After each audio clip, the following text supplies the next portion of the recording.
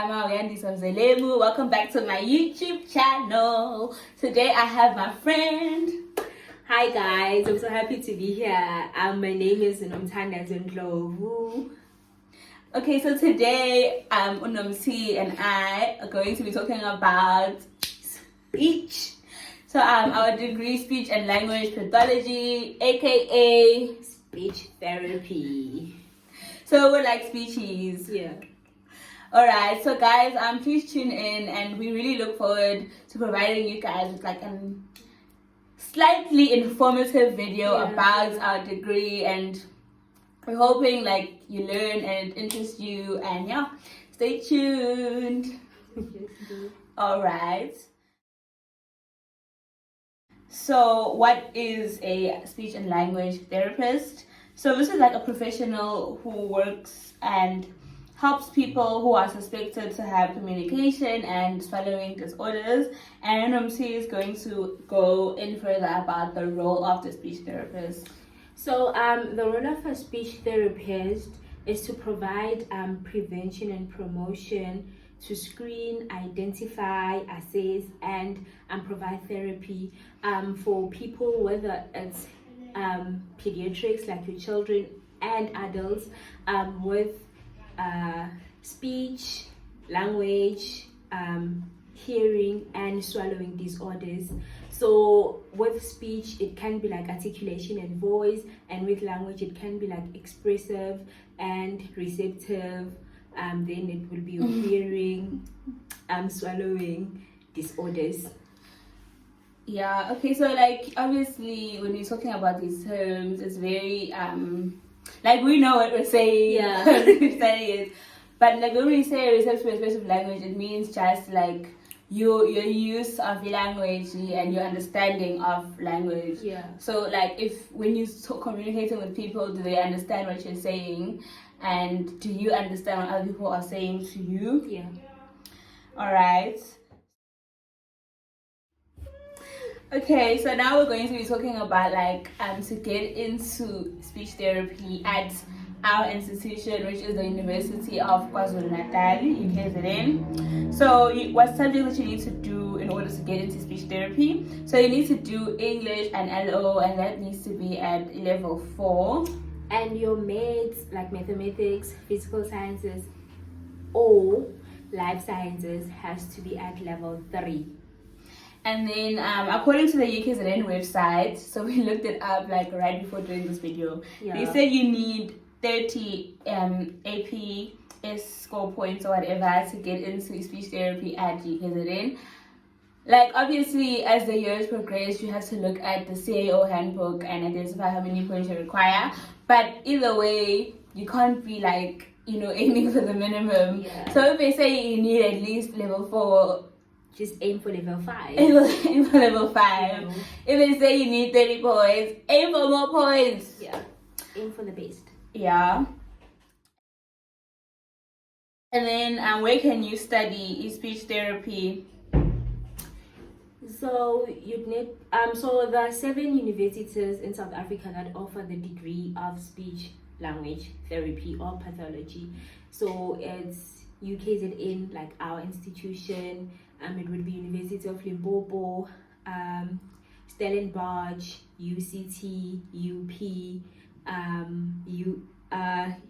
what? I think it's that Sefaho Mahato Health Sciences University. Yeah. Yeah, guys, like pronunciation. Forgive us. Forgive us. But yes, I'm also trying.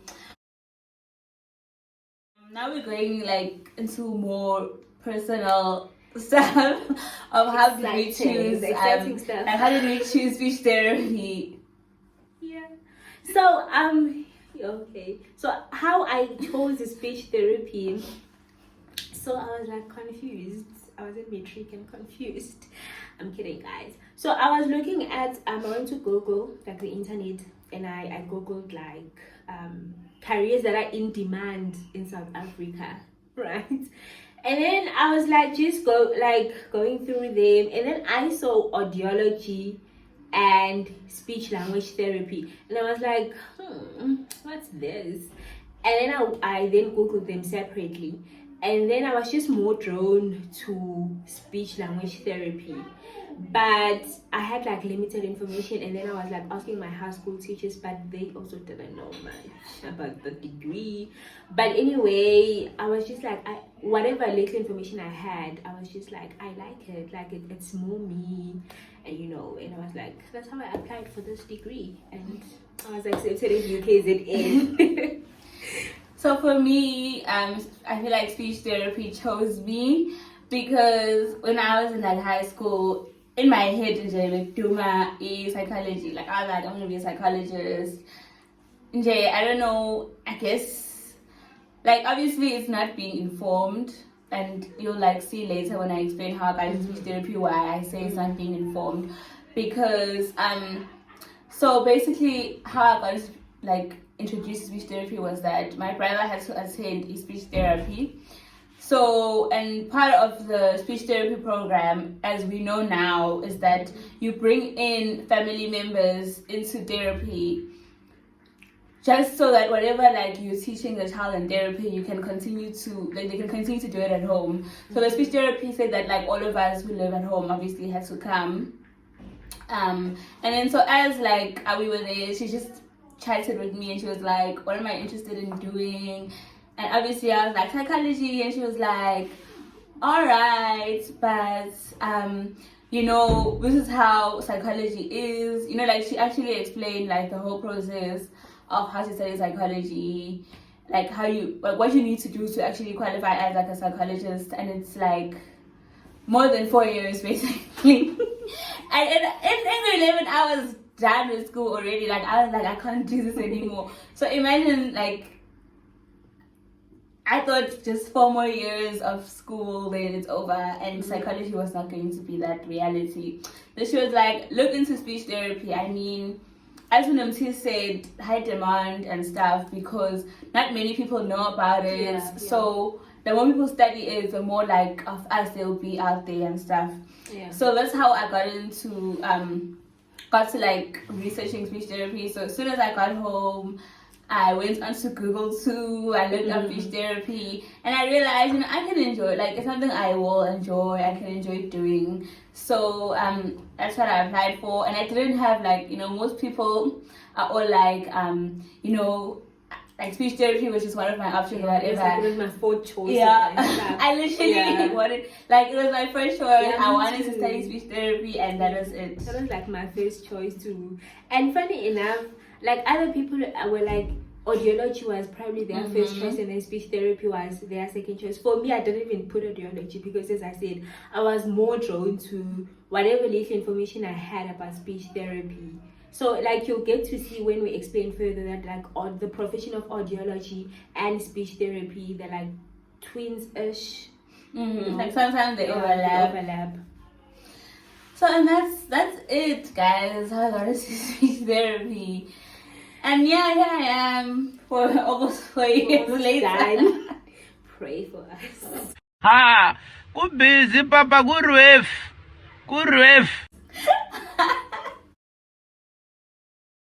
Things we wish we knew before choosing speech. Okay.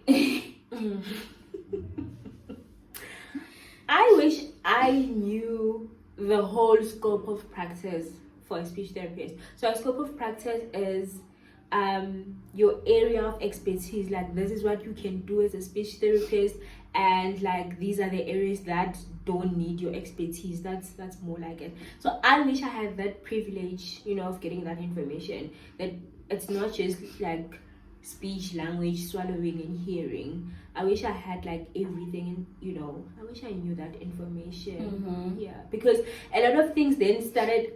I got more information once I started doing the degree, and I was introduced to like modules I didn't think I would do because of the little information I had when I came into this degree. Yeah. So I feel like it's also the same for me. Like what I wish I knew before choosing speech therapy is that just to be more informed about speech therapy, because like when you look up speech therapy, is very superficial. like obviously once you in the degree you're able to like research it deeper and deep dive whatever.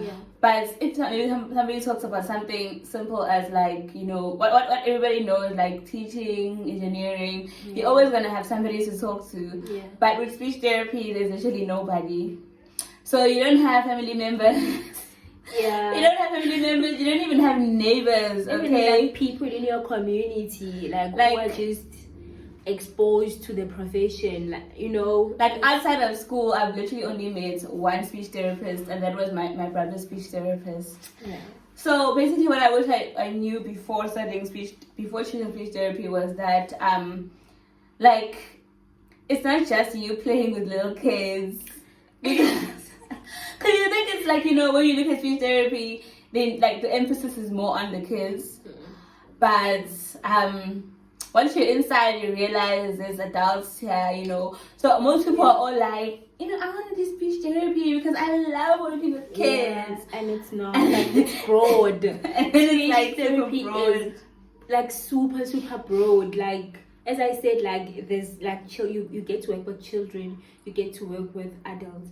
Then you get to work with like the special population, like those children who have like severe disabilities. So it's really broad. That's what I like about it. Like you can't. It's not fixed. Yeah, it's actually really there's a lot you can do. So you're not like limited into working with kids. So if you're not really into working with kids, like don't run away from speech therapy. It's more than just playing with little kids. And also guys, we're not teachers. Like as foodies, we're not teachers. Like speech therapists are not teachers. There's teachers, there's speech therapists. Everybody has their own role. What speech therapists do, what teachers do, it may seem similar, but it's not. So if you like think that it's just being like a teacher, but you know, in the health sciences field, it's not like that. Oh, another thing is that I wish like there were more videos in like the South African context about speech therapy, because it's nice to like watch somebody talk about something that you want to be interested in, because you know, like obviously everybody knows if medicine, there's vlogs, there's vlogs, story times, you know, there's just so much information out there. But then for speech therapy, you'd find it to be more like American and stuff, but like you'd want to have information about the South African context too. Another thing I wish, like obviously I wish in high schools like there was like more emphasis on like your degrees like that are based on like providing therapy, like occupational therapy, the allied health, you know, audiology, what else, physiotherapy, dental therapy. So once like you hear the word like health science, it's more like medicine, being a nurse, that's just it. But then I wish there was like more information, because that could have like really helped me a lot. And I think it could have helped a lot more people, because people end up getting into like degrees that they don't really want to, just because they're not informed. Then like maybe when it's like too late, they're like, oh, you know, I wish I knew about what you were studying and I would have gotten into it too. So now we're going to talk about like speech therapy from first year to fourth year, which is where we currently are. And I feel like this video is like good timing, considering we've been through all the years. We've been through like first year to third year, because now we're currently in. We finished first semester though, so at least we have a little look-see into fourth year. So basically in first year, everything is like introductory. So it's introductory to like whatever speech therapy is. So the communication aspect, the hearing aspect too. So if you're going to study at our institution, in first year you're going to be paired up with the audio students. Most of your modules are going to be paired with the audio students. So you don't just learn about like the speech stuff only. There's also audiology modules that you do in first year, and you also do psychology.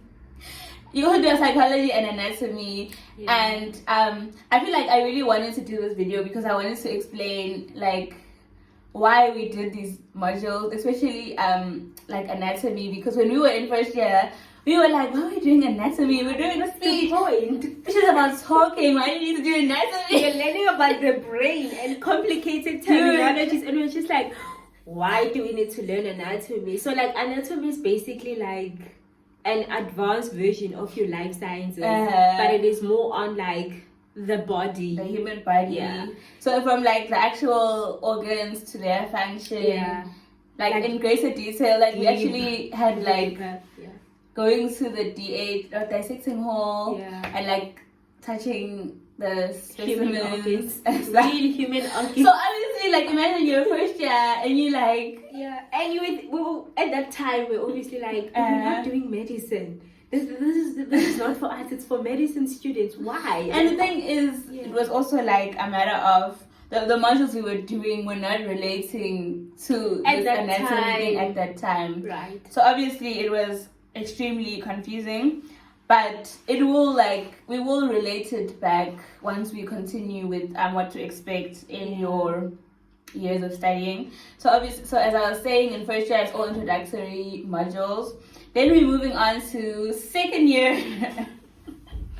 Second year, well, at least at our institution, that's when you start doing like your clinics. So clinics, it's more like your practicals, and you see real patients, right? Like you see real patients, but it's not like you do like clinics for each and every theory module that we did in first year. It's just like one clinic. Is it one clinic? I think it's two. It's just two clinics. So you're gonna do the audiology clinic, which makes more sense than like why you were introduced to the like audiology module in first year. And then there's also one module, like one speech module, clinic module that you're gonna do in second year. And then you get introduced to other theory modules, of which their clinics you're gonna do in the third year. So that's more like second year. So moving on to the third year. So in this year you still now you and the audio students have separated. I think there's one module. Like in the beginning, right? And we separated for oral rehab. Like we were together for like a few weeks, and everybody like separated. So this is where everything starts becoming like more like speech, more specific to speech therapy. So this is where you're introduced to the neuro module. Hectic. So basically in the neuro, guys, like it was challenging because, as we said, it's like neuro module. So whatever you're studying in anatomy in first year is now comes back. It's come back. That's how it is. Like it comes back and it's now extremely relevant. So you have to know about like the brain, because wherever the brain is damaged, it has a function, right? And you learned that in first year anatomy. So now that you're like studying neuro, that area gets like damaged, and now this person has communication difficulties due to that damage. So now you need to know the function of that area to relate to the whatever you did concerning the brain in first year anatomy comes back in third year. So we'd advise you to actually like take anatomy seriously. Don't lose your notes.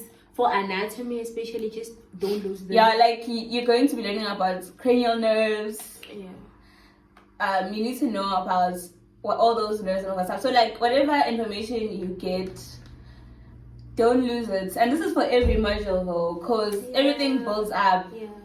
Because basically how speech therapy is at our institution is that everything is building up onto each other. So you first, like let's say in second year you did that clinic, right? And in that clinic, now you need the knowledge from that clinic to do the next another clinic, the third year clinic, along with the theory that you learned. Yeah. So nothing is ever just It's done. not like you're just doing it in jail. Like you don't move on. Don't. You're just building up on your knowledge and stuff. So it's very, very important that you keep your notes. Yeah. So what I wanted to say is in third year it's more like all the information from first year, second year, it's just like consolidating. Even though you have like your theory modules, of which there are clinics you're gonna do in fourth year, but that in third year it was more like, oh, now I see why I had to do that module. It's more like that. Yeah. And then we get to the final year of speech therapy. So now you're basically doing mostly clinics. And I'm saying mostly clinics because there is like a module that is called special topics at our institution. And you still do it in fourth year. And it's not a clinic. It's more like theory based. Oh, we forgot to say in third year you start doing research. And I feel like research is not going to be the same for everybody because it's like doing research is like a skill. So not everybody is gonna have a skill. I'm like one of those people who are just constantly having to try like 1,000 times more than maybe other people because I just don't have like the research skill. But luckily, you don't do research on your own, so you're in a group. So you're able to get like support from your peers and stuff. So you start research in third year and you continue with your research in fourth year. The whole of fourth year. Yeah, the whole of fourth year you're doing the research module along with your clinics. Okay, so the clinics. So in another video, I had promised you guys like I was going to talk to you about what is CBR, DCT, decentralized training. So what is decentralized training? Basically, so like in fourth year we get divided because not everybody can do like the clinics at the same time because it's gonna be like too crowded. So you and the people who are in the group that you're divided into, you go to Mbangeni. And you stay at like an accommodation called Selati. I don't know why that's relevant to mention it. But you go there. That's why.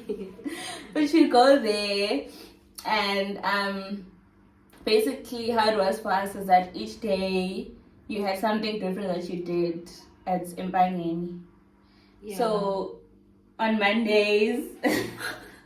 On Mondays, we went to this hospital. It's UKZN Tertiary Hospital, and you see patients there, mostly like your neuro patients, like who have communication and swallowing disorders. It's adults, mostly, And then on Tuesdays you go to schools. You're doing hearing screening. So that the very same thing you did in second year. You were going through. You were going around different schools, screening primary school children. So in fourth year it comes back. So on Tuesdays that's what you do. And communication. Yeah. People always forget the thing they study. Wow.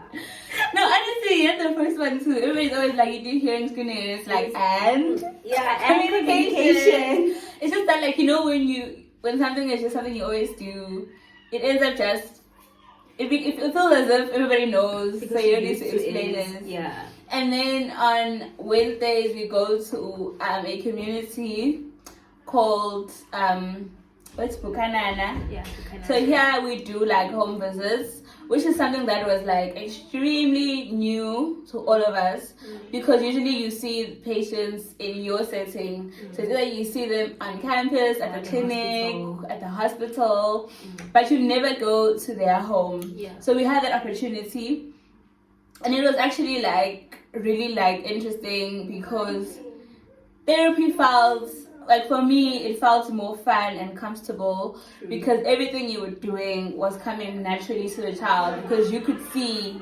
like, because having someone like the child's mom there in like a therapy setting, like in the clinical setting that we are in, like at campus or whatever, it's not the same as in their own home because things just happen spontaneously. It's always just you're observing things and everything. So I think that was like the best experience of the community. So it's community-based rehabilitation. That's the name of the module. So CPR, and then it's basically decentralized training though. Yeah.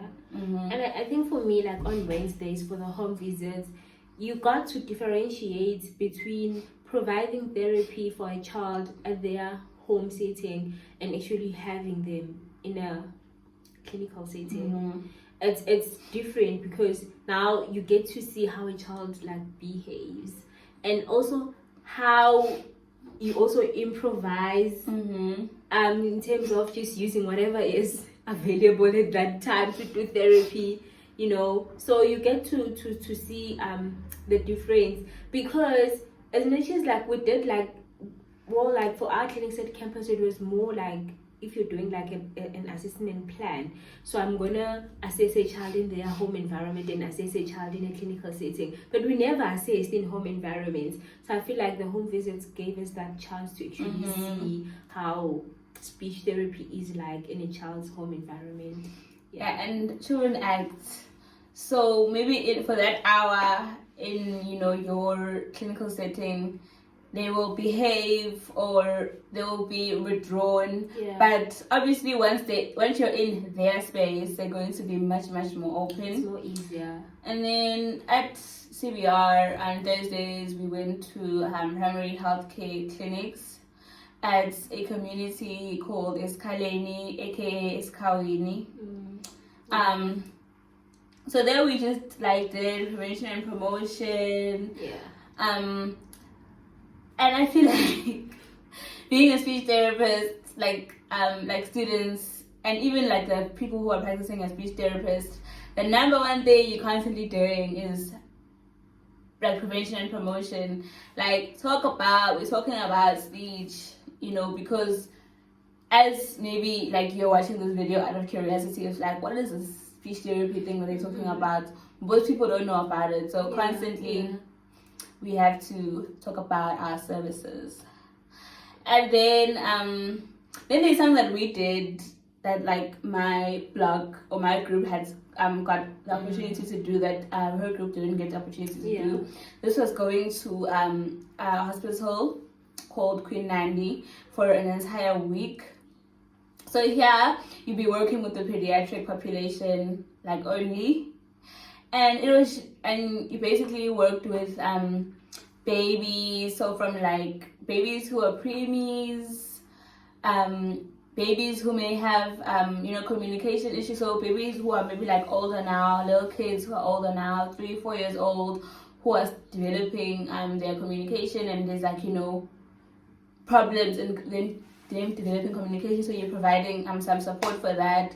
So it's like a very interesting experience because now you're there from Monday to Friday, and you're basically there from the morning till like the late afternoon. So it's like a working experience. So you get to see how it feels to work, because you wake up every day and you go there like when it opens, like when the officers start working to like the last patients. So it's like a nice experience to get like a working experience, and I'm hoping that it's something that actually continues for other students, because we really appreciated that experience. Well, obviously I didn't get to experience Queen Nandi. I'm sad. I'm joking, guys. Well, going back to the clinics visits on Thursdays, I think for me it was an eye-opener in terms of we need to do more as people who are already like exposed to the speech therapy profession. People don't know that there are actually services that help children who have like severe disabilities. Disabilities, and people in the older population, if they've had like strokes, swallowing difficulties, whatever is in our scope of practice. Most people don't know that there's actually professionals who are trained to help, and they are available at public hospitals, and in some communities they are also available in community clinics. So we need to do more awareness for the profession of speech therapy, because people need to know that we're here to help them, to serve them. Oh, I forgot to mention something, guys. There's something called oral exams. At speech therapy, there's something called oral exams. Yeah. So just know that in 4th year you're going to be doing oral exams. So there's no like written exam. We do oral exams. But that's for our institution. We don't know about other universities, Yeah. like how their exams are structured in 4th year. But for us, so in 4th year, for your exams, you don't do a written exam. You're actually in a panel of your tutors, your clinical supervisors, and an external examiner, and they ask you questions, and that's your exam. And then MT has a little information for you guys. Yeah, so after you've done your 4 years degree, you then get to do community service. So it's like a 1 year community service. And so we've been told, we haven't experienced this, that the decentralized training we told you guys about then makes more sense why you had to do it.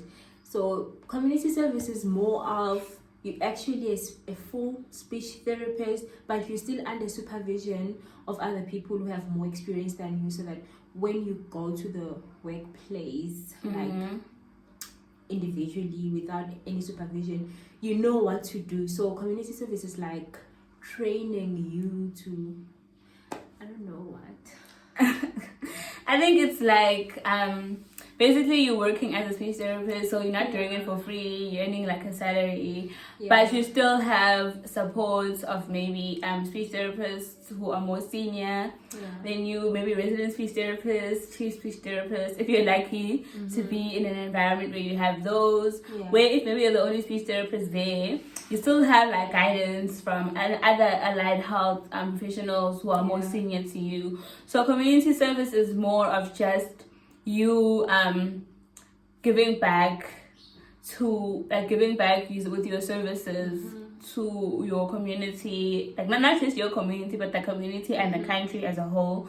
So you go to a public hospital, and you can literally go, just because you know we're in like KZN doesn't mean we're gonna get like KZN. So they can take you anywhere in the like country, any other province, but you basically apply for like whatever options that you'd like, and then I don't want to go into detail with that process because we haven't actually been through it, but from what we've like heard and been told about is that you apply to these options and you may get them, and you may get an option that you did not even choose at all.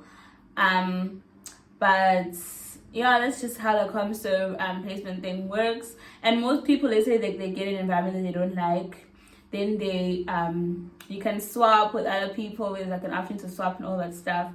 But I don't know. Obviously, we haven't been through the whole process, so maybe that's why right now we kind of have like limited information. So basically what we've done right now is just create like accounts so that we can apply to the hospitals in different provinces that we want to apply. So probably once we are done, guys, comment down below and tell me to bring me back once we're done with 4th year so that we can do another video. You're coming back, girl. So we can do another video like in November, we can do another video just to try and consolidate everything we've done in this video, because hopefully by then we'll be done with the degree and we'll be going to ComServe next year. Okay guys, thank you for watching the video. We've finally come to the end. Don't forget to comment down below if you have any questions or you just wanna say thank you for this video. And also like and subscribe. Yes. And then from us, it's goodbye.